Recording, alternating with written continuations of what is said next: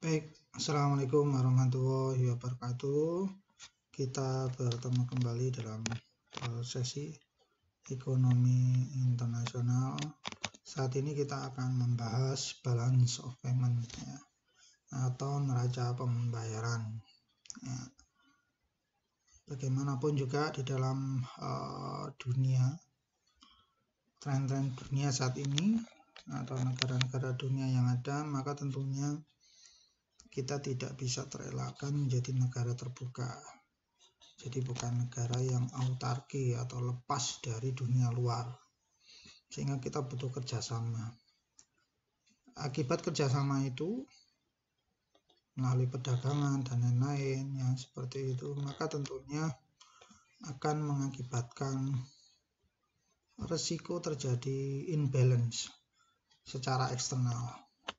Ya, ingat, keseimbangan itu ada dua, yaitu keseimbangan internal, yaitu bagaimana agar harga di dalam negeri itu stabil.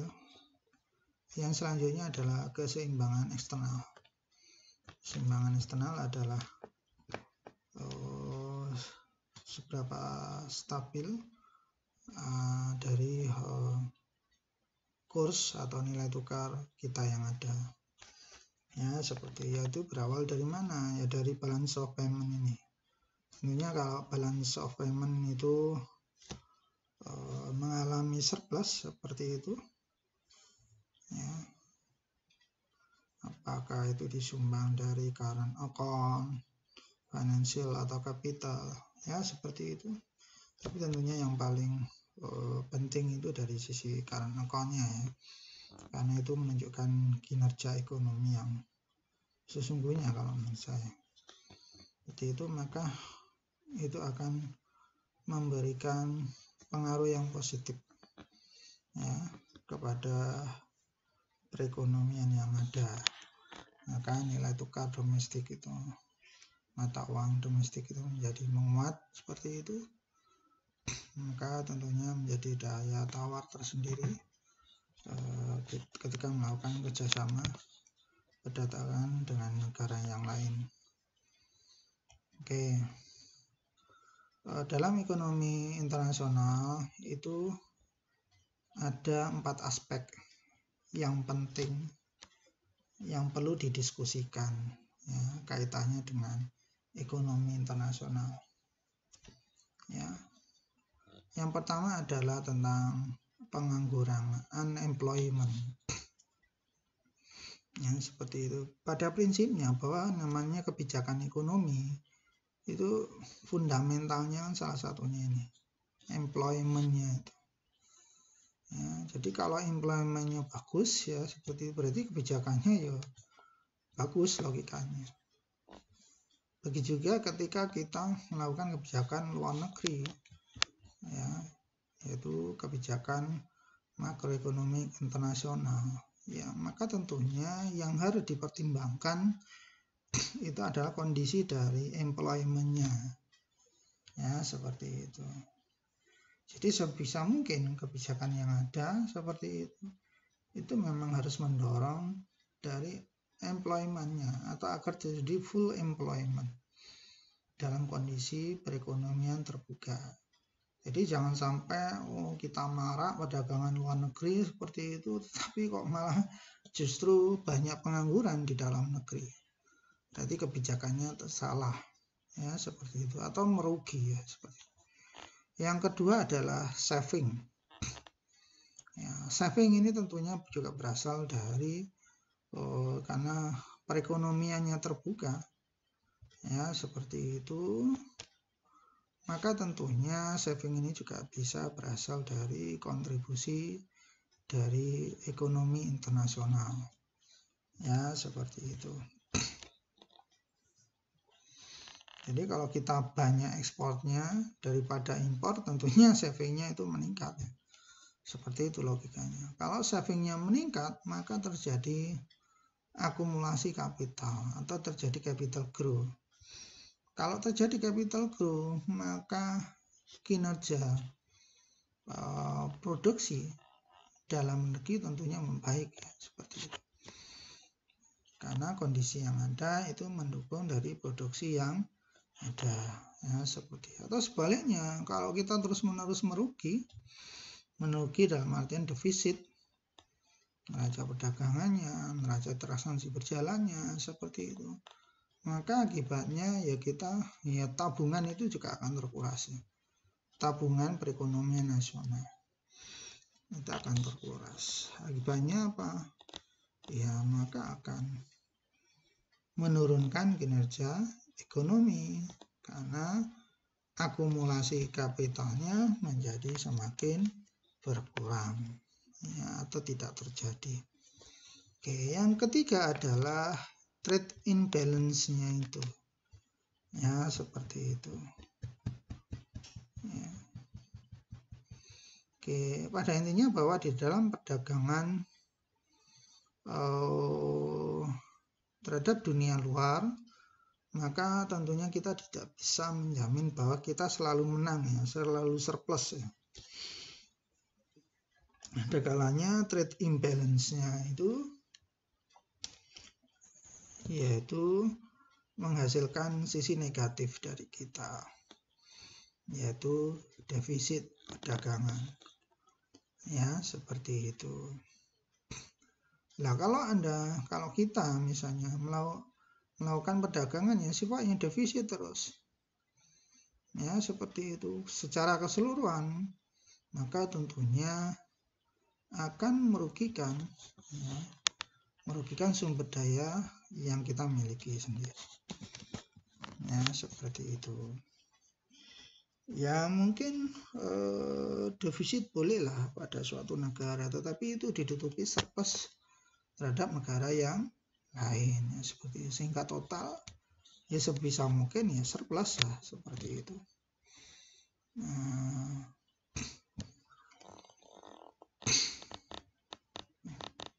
Karena defisit dan surplus atau trade imbalance itu mempengaruhi dari redistribusi kekayaan antar negara. Nah, tentunya negara yang selalu surplus dalam perdagangannya, maka kekayaannya semakin besar. Contoh sederhana di depan mata kita adalah Cina, ya, seperti itu. Kalau nggak salah Cina itu Federal Reserve-nya itu mencapai 3.000 miliar US dollar, ya, seperti itu. Kalau Amerika kalah, Jepang itu kalau nggak salah berapa ya, 2.000 atau 1.000, ya, seperti itu. Silakan dibuka reserve dari negara-negara yang ada dunia. Kalau kita sepertinya data yang terakhir itu 144 miliar US dollar. Jadi memang jauh sekali kita dibandingkan dengan Cina. Makanya Cina dengan kekuatan cadangan devisa sebesar itu, maka mereka bisa investasi kemana-mana, ya, seperti itu. Oke, dan mereka juga butuh lahan untuk melakukan pengembangan ekonominya karena memang penduduknya juga besar. Oke, yang selanjutnya adalah kaitannya dengan money and price level, ya, seperti itu. Oke, money and price level, ya, prinsipnya dalam ekonomi terbuka maka kondisi jumlah uang beredar dan tentunya price level itu tidak hanya bergantung kepada kebijakan dalam negeri, tetapi bergantung juga kebijakan luar negeri atau kondisi yang diakibatkan oleh perdagangan atau kegiatan ekonomi internasional, ya, seperti itu. Ya, apalagi kalau misalnya perekonomiannya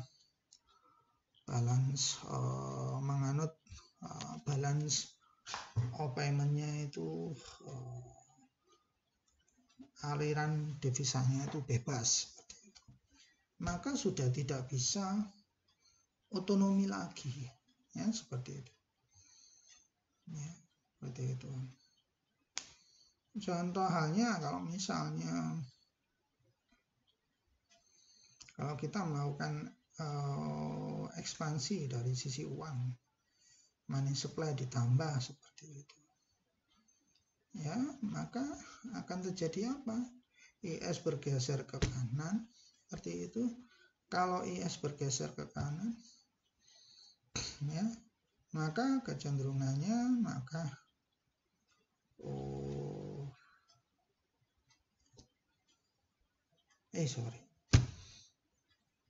kan IS ya, LM bergeser ke kanan seperti itu.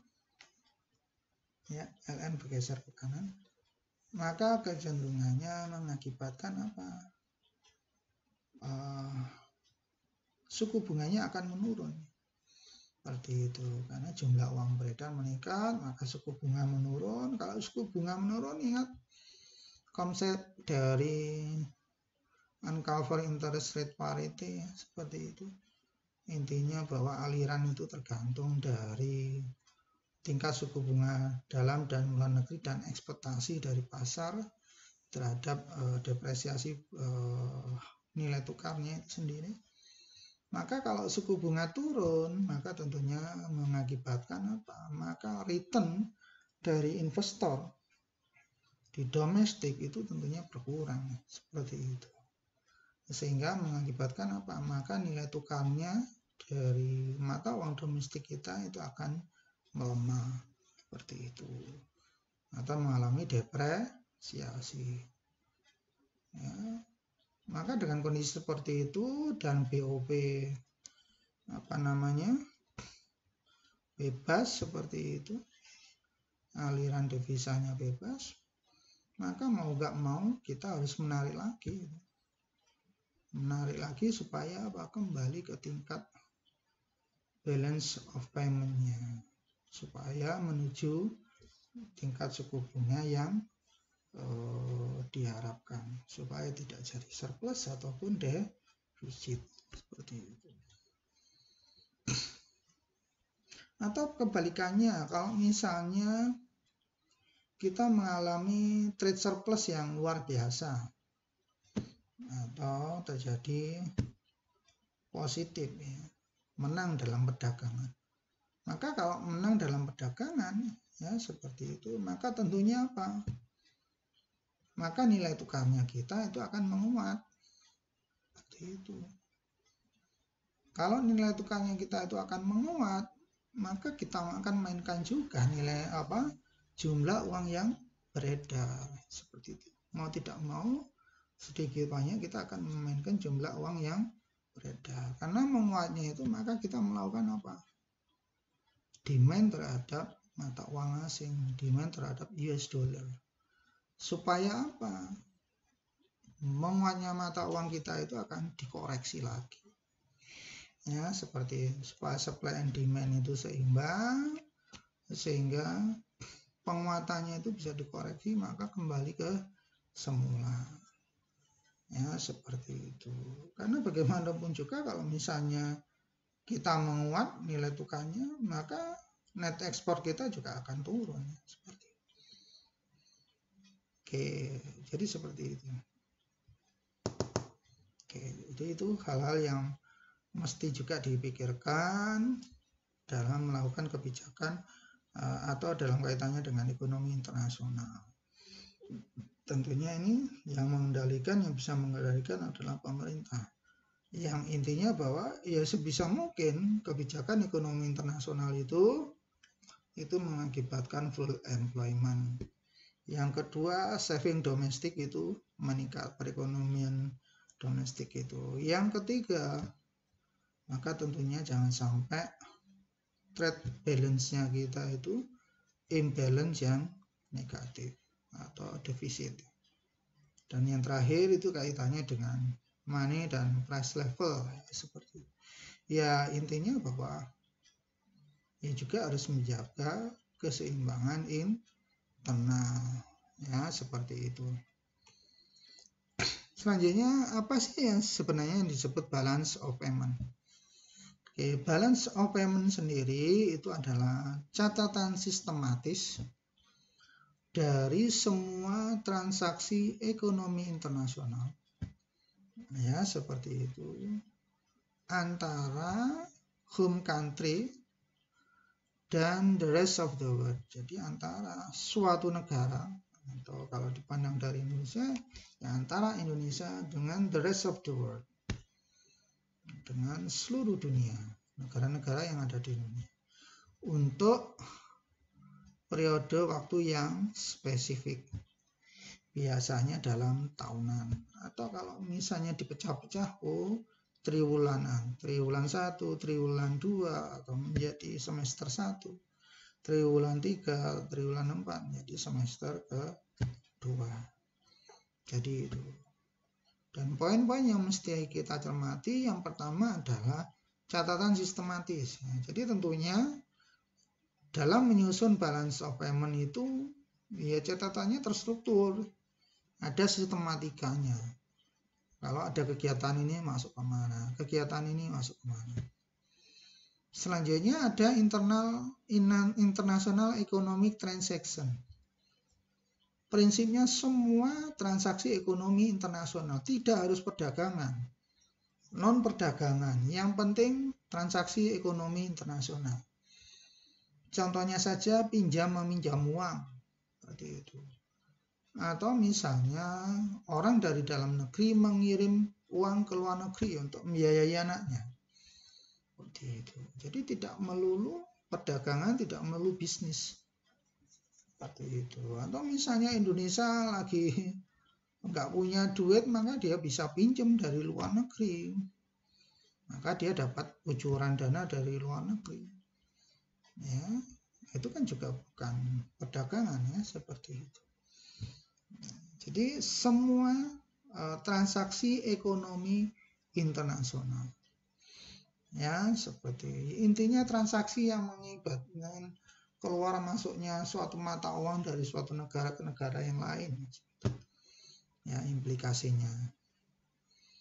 Oke, home country dan the rest of the world. Ya, negara kita dengan negara yang lain, atau suatu negara dengan negara yang lain ada di dunia, ya, seperti itu. Jadi kalau misalnya ada transaksi Jawa Timur dengan Jakarta sekian US dollar, maka nggak ngaruh gitu loh. Kenapa? Walaupun dinilai dalam US dollar, itu kalaupun dinilai ya dalam US dollar, ya, karena transaksi dalam negeri itu harus dalam rupiah, tapi kalau dinilai dalam US dollar maka nggak ada ngaruhnya itu. Kenapa? Ya karena sama-sama domestik Indonesia. Seperti itu. Jadi jelas antara home country and the rest of the world, ya, seperti itu. Dan selanjutnya itu jelas waktunya pada tahun tertentu, atau misalnya diperkecil kuartal, semester, ya, seperti itu. Sehingga kalau kita melaporkan, bahwa neraca perdagangan kita pada semester kedua seperti itu, pada tahun ini, pada kuartal pertama mengalami surplus pada neraca transaksi berjalan. Oke. Secara umum ada 3 tipe transaksi internasional. Yang pertama adalah transaksi yang diakibatkan dari ekspor import, baik barang dan jasa, ya, seperti itu. Dimana itu ditulis dalam current account. Tetapi current account itu tidak hanya berasal dari ekspor import, dari transfer juga bisa, ya, seperti itu. Oke, yang selanjutnya adalah transaksi yang timbul dari penjualan atau pembelian dari financial asset, ya, seperti itu. Yang tentunya melibatkan pelaku dari dalam dan luar negeri, ya, seperti itu. Bisa uang, bisa saham, ya, bisa pabrik, ya, seperti itu. Oke, jadi financial account itu masuk ke financial account transaksinya. Yang selanjutnya adalah aktivitas yang lain yang dihasilkan dari transfer of wealth antara negara yang ada. Ya, itu dicatat dalam capital account. Ya, seperti itu. Oke. Kalau kita lihat, maka sistematikanya VOP yang ada di Indonesia adalah seperti ini. Ya, transaksi berjalan. Itu terdiri dari ekspor impor barang, jasa, terus ada pendapatan. Pendapatan itu maksudnya kalau kita mempunyai investasi di luar negeri dan kita mendapatkan dividen, maka masuk ke situ. Terus transfer berjalan. Jadi transaksi berjalan itu seperti itu. Kalau kita kirim duit ke luar negeri untuk biayai anak kita yang sekolah, tentunya kalau ke luar negeri kan membutuhkan forex ya, foreign exchange atau falas ya. Ya seperti itu valuta asing. Oke, yang selanjutnya adalah transaksi modal dan finansial. Ya, transaksi finansial bisa investasi langsung. Ya, ada FDI, ada ke luar negeri, atau yaitu FDI, foreign direct investment, ke dalam negeri. Ada investasi portofolio, ya, di saham. Ada investasi lainnya, ya seperti itu. Maka hitung-hitungan yang ada ini maka mengakibatkan cadangan devisa, stok dari cadangan devisanya, atau stok dari devisa, bukan stok cadangan devisa. Seperti itu. Oke, pada prinsipnya bahwa cadangan devisa kita itu aman, ya paling tidak harus mengcover 3 bulan kebutuhan transaksi luar negeri untuk pembayaran ke luar negeri. Ya, utamanya utamanya adalah impor dan membayar hutang karena dominannya dipakai untuk itu. Jadi kalau aman untuk kebutuhan 3 bulan, ya sudah, nanti kita dirasa cukup aman. Dan yang saya tahu kalau nggak salah itu data yang terakhir itu 144 miliar US dollar. Ya seperti itu. Ya cukup aman lah. 3 bulan 6 bulanan itu bisa. Oke. Ini adalah data yang tapi lama ya. Seperti itu. Anda bisa download data yang terbaru yang Anda bisa peroleh dari BI atau dari ini. Statistik Ekonomi dan Keuangan Indonesia dari Bank Indonesia, bi.go.id, ya seperti itu. Cari saja SEKI, terus cari yang eksternal, nah seperti itu. Maka Anda bisa akan dapatkan data yang terbaru, ya seperti itu.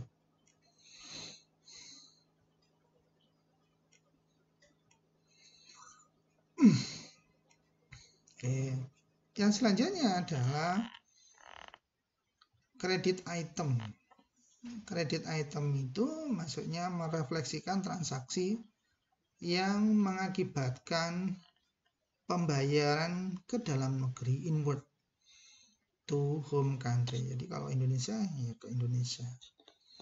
Ya, seperti itu. Misalkan saja ekspor, FDI, ya seperti itu, menerima bunga dan dividen dari luar yang diperoleh dari investasi sebelumnya, seperti itu. Maka tandanya adalah positif. Oke, seperti itu. Jadi transaksi-transaksi yang mengakibatkan pembayaran ke dalam negeri, implikasinya seperti itu, maka itu masuk dalam kredit. Tandanya positif. Yang mengakibatkan devisa naik ya seperti itu. Atau sebaliknya, debit item yang merefleksikan transaksi yang mengakibatkan pembayaran keluar dari home country. Jadi kalau dari Indonesia pandangannya maka keluar dari Indonesia. Ya, contohnya ya kita mengimport, kita mendatangkan barang, otomatis kita berimplikasi mempunyai kewajiban untuk membayar keluar. Ya, seperti itu. Atau membayar bunga, sebalikannya dengan tadi, bayar dividen. Yang berasal dari apa? Investasi orang luar yang melakukan investasi di dalam negeri. Dan tentunya tandanya adalah negatif. Ya, seperti itu. Contoh sederhananya, kalau kita mengekspor seperti itu, maka tentunya menjadi catatan di dalam kredit item atau positif. Ya, seperti itu. Ekspor positif, terus debitnya increase short-term private asset abroad. Ya, seperti itu. Yang selanjutnya adalah misalnya konsumen dari negara A membeli 12.000 barang dari negara B. Ya, seperti itu. Maka itu import ya. Maka transaksinya itu debit negatif. Ya, seperti itu. Atau secara kredit dia meningkatkan foreign short term private. Jadi positif, tapi positifnya orang luar. Ya, seperti itu. Oke. Atau ini resident of country send $1,000 of good. Ya, oke. Ya, intinya kalau kita mengadakan kegiatan yang akibatnya itu terjadi implikasi pembayaran atau berimplikasi pembayaran ke luar negeri, maka itu transaksi yang negatif atau dicatat dalam debit. Sebaliknya, maka dicatat di dalam kredit. Tapi kalau nggak ada kaitannya dengan luar negeri, ya sudah, nggak usah dicatat. Nah, seperti itu. Atau ini misalnya country B, firm mengirimkan $2.500 dividen. Nah, ini masuk ke mana? Masuk ke pendapatan dalam transaksi berjalan. Makanya ya kredit item atau positif. Ya, seperti itu. Oke, yang selanjutnya adalah balance of current account. Teorinya bahwa keseimbangan di dalam current account itu dipengaruhi oleh variabel-variabel berikutnya. Sederhana sebenarnya. Kita kembali lagi ke mana? Agregat demand. Y sama dengan C plus I plus G plus X dikurangi M. Di mana Y itu adalah pendapatan, ya. Sedangkan yang kanan itu adalah pengeluaran. Oke, coba kalau misalnya pengeluarannya itu C plus I plus G ditendang ke kiri, maka tentunya identitasnya menjadi Y minus dalam kurung C plus I plus G, jadi konsumsi, investasi government, seperti itu. Ya. Artinya apa? Bahwa posisi X dikurangi M atau current account seperti itu, maka tergantung dari tarik-menarik antara pendapatan dan pengeluaran. Seperti itu gampangnya. Kalau pengeluarannya C plus I plus G itu lebih besar dari Y, dari pendapatannya, maka tentunya akan mengakibatkan defisit. Seperti itu. Tapi sebaliknya, kalau C plus I plus G itu lebih kecil dari Y, maka itu mengakibatkan surplus. Jadi sesederhana itu sebenarnya. Sehingga untuk mengakibatkan surplus atau defisit, maka pemerintah harus mengintervensi variabel-variabel yang ada. C plus I plus G, seperti itu. Dan lebih jauh juga X dan M, cuman kalau X itu lebih dari luar ya, seperti itu. Tapi M-nya itu bisa kita intervensi. Oke, selanjutnya ada teori yang namanya two gap approach. Ya, seperti itu gap approach. Ini berawal dari Y itu sama dengan C plus S plus T. Jadi pendapatan yang ada di dalam kita itu nanti dikeluarkan dalam bentuk konsumsi, dalam bentuk saving, dalam bentuk pajak. Ya, seperti itu. Tapi sebisa mungkin katanya kalau bagus itu savingnya dulu, jangan nunggu konsumsi dan pajaknya. Jadi savingnya dulu ditarget, baru kita otak-atik konsumsi dan pajaknya. Ya, seperti itu. Oke. Sedangkan Y-nya sendiri itu maka bisa dijabarkan. Y itu pendapatan ya, agregat demand, kan pendapatan secara total itu sama dengan diperoleh dari agregat demand ya. C plus I plus G plus X dikurangi M sama dengan C plus S plus T. Ya, seperti itu. Dan kalau X minus M disendirikan, ya seperti itu, bahwa itu sebagai current account, maka kita otak-atik seperti itu. Anda lihat ini ada C dan C ya. Ya, ada C dan C, kan berarti hilang. Ya kan, bisa dicoret. Seperti itu. Maka G ditendang ke kanan, berarti T minus G. Karena G itu pemerintah dan T itu juga diperoleh oleh pemerintah. Ya, seperti itu. Dan I ditendang ke kanan, maka menjadi S dikurangi I. Artinya apa? Bahwa current account itu tergantung dari dua gap ini. T minus G dan S minus I. Apa sih dua gap itu? T minus G itu adalah budget gap. Ya, gap yang terjadi di dalam anggaran. Ya, tentunya kalau misalnya G lebih besar, maka anggaran kita defisit seperti itu. Dan yang kedua adalah tergantung dari saving investment gap. Ya, seperti itu. Jadi kalau misalnya pengeluaran di dalam negeri itu lagi hot-hotnya, sehingga kita mengalami defisit anggaran, terus di sisi lain kita juga melakukan investasi, ya, secara total itu melakukan investasi, dan itu melebihi dari saving yang ada, maka mau nggak mau itu pasti akan terjadi defisit neraca perdagangan, ya, atau lebih lanjut transaksi berjalan, ya seperti itu. Karena kedua-duanya ya defisit seperti itu. Ya, maka harus diatur.